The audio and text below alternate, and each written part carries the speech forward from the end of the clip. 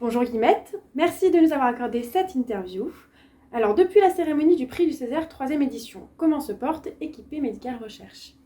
L'association Équipée Médicale Recherche se porte plutôt bien. Pouvez-vous nous rappeler en quoi consiste votre initiative et comment elle améliore les conditions de vie des habitants de la région Auvergne-Rhône-Alpes ? L'association Équipée Médicale Recherche ayant pour objectif de faire une veille technologique sur l'apparition de nouvelles machines qui permettent de mettre en situation de marche des patients handicapés.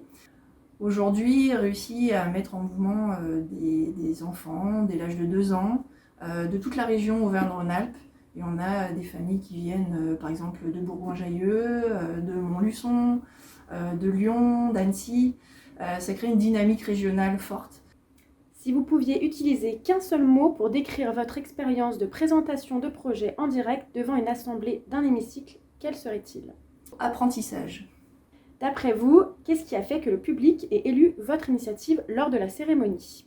Avant le prix Césaire, nous avions déjà bien des patients qui étaient venus utiliser notre beau Géo, bien des familles impactées, ces familles en parlant à leurs amis, à leurs collaborateurs ou à leurs proches, avaient déjà validé le travail que nous faisons avec l'association et donc étaient ravis de voter pour nous, pour soutenir le projet.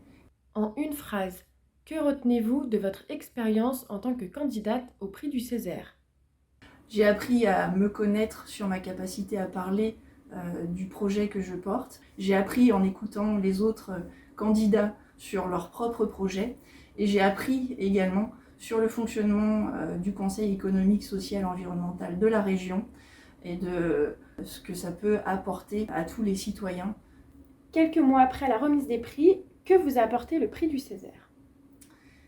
La reconnaissance en fait, qui est toujours agréable à recevoir de la part d'une institution publique sur le travail effectué de longue haleine avec l'association, la dynamique que nous mettons en place quotidiennement auprès des citoyens pour faire progresser la société vers quelque chose de plus cohérent par rapport aux besoins, et notamment des personnes en situation de handicap. Ça nous a apporté donc la fierté d'avoir été reconnus dans cette utilité publique auprès de la société. Et puis ça nous a apporté une visibilité qui, auprès de certains mécènes et donateurs, nous a permis d'obtenir un peu plus d'aide financière. Et ça, c'est toujours bon à prendre pour une association.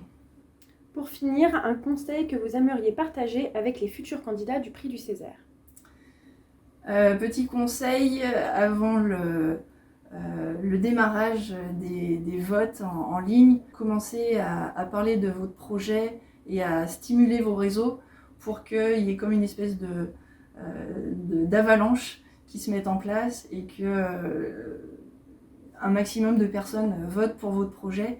Ça ne se fait pas comme ça du jour au lendemain, il faut le préparer en amont et c'est un beau travail parce que ça nous motive nous-mêmes à continuer de parler de notre projet et en ça c'est vraiment une belle aventure.